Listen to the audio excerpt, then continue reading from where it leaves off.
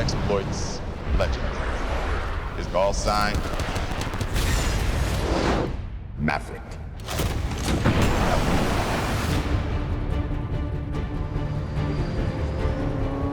People have been asking Tom about making a sequel to Top Gun since the original film came out. And in all those years, his answer was always the same. He would do it only if the story was right. Once I was satisfied with what the story was, I said, okay, how do we now take it to the next level? How can we use the highest level of our skills to capture an audience's attention? I had spent decades studying aerial photography. I'd study camera mounts and camera angles. Just a little higher, because I have a great camera position. Because it all comes back to how do we push technology to a point where we can Show what it's like for these fighter pilots. and get the audience immersed in the environment in a very cinematic way. All right, let's go. Aviation film like this has never been done, and chances are will never be done again.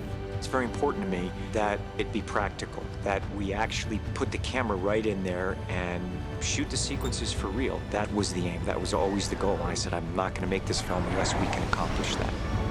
Tom told me from the very start, this is going to be harder than you even think. And he was right. Getting a camera into a Navy F-18 is a lot harder than it sounds. Getting 6 cameras in there is almost impossible. We worked with the Navy for over a year to design a system that would get the angles we wanted to get, but also did it in a way that didn't interfere with any of the functions of the airplane.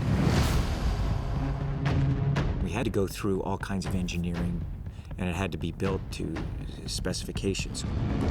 Anytime we put anything in the cockpit of an F-18, we have to be very clear what impact that's going to have. If those cameras come off under G, now you have something coming back and hitting an actor or going forward and hitting the pilot, and that could be bad. So we had to make sure everything was going to stay on the airplane throughout the entire flight. The Navy basically told us what we had to do in order for it to stand up to 7.5 Gs and 550 knots.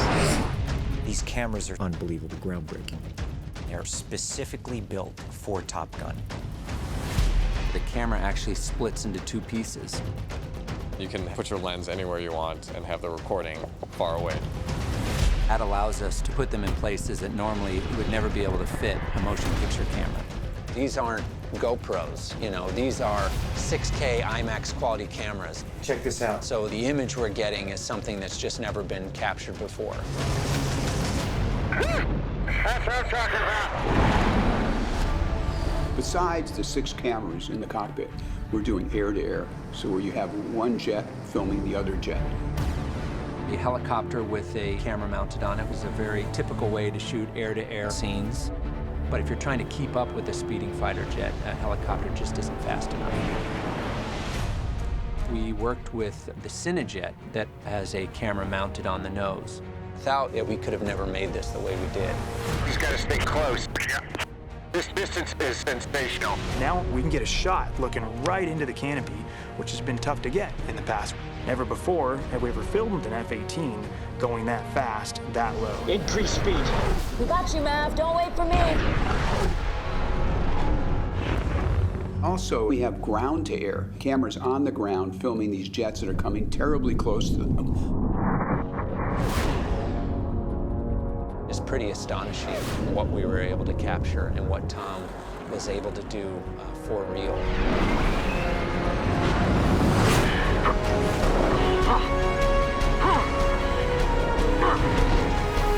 One of the things I didn't get filmed during the Top Gun, the first one, was getting catapulted off of the aircraft carrier. So I did on this. And I got to do that 6 times. I mean, it's unbelievable. Assume attack formation. Proceeding to target. Going in. We didn't have access to these aircraft forever. So every time an actor went up, we had to get the footage. We had to get the footage. Game time, baby!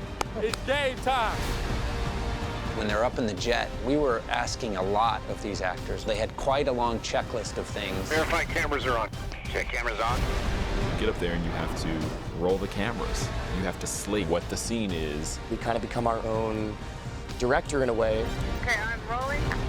Because we don't have any communications with anybody on the ground. They're actually pulling these G's and actually delivering their lines and delivering their scene partners' lines in their heads and reacting to those lines. We're on fire! We're on fire! Extinguishing right engine.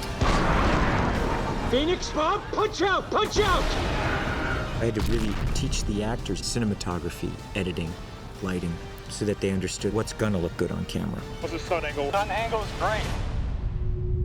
Oh my God, he's in G-Lock. I'm going after him. When you're making a movie like this, where you're actually putting actors in real fighter jets, accidents can happen. Whoa, jeez! So always we made sure that everyone operated in the safest way possible. Every day, they have 3-hour briefings before a flight where Tom actually is coordinating and choreographing all the flights. They're going through weather, temperature, angles, airplanes, knowing what position, what we needed. I don't know if there's another movie star on the planet that could actually make these aerial sequences happen.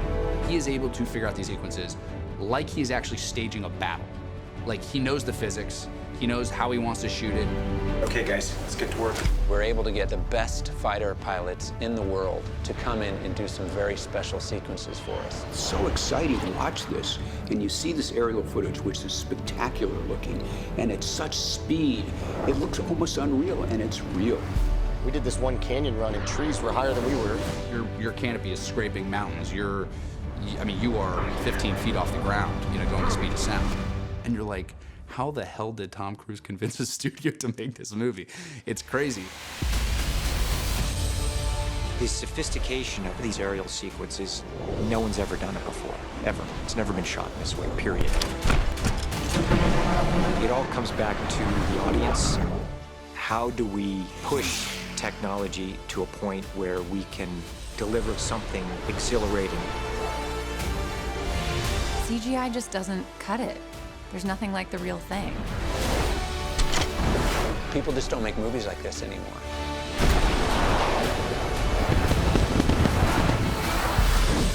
I'm very grateful to everyone involved who has really pushed to the limit to bring this kind of emotional and visual experience to an audience. Having any fun yet?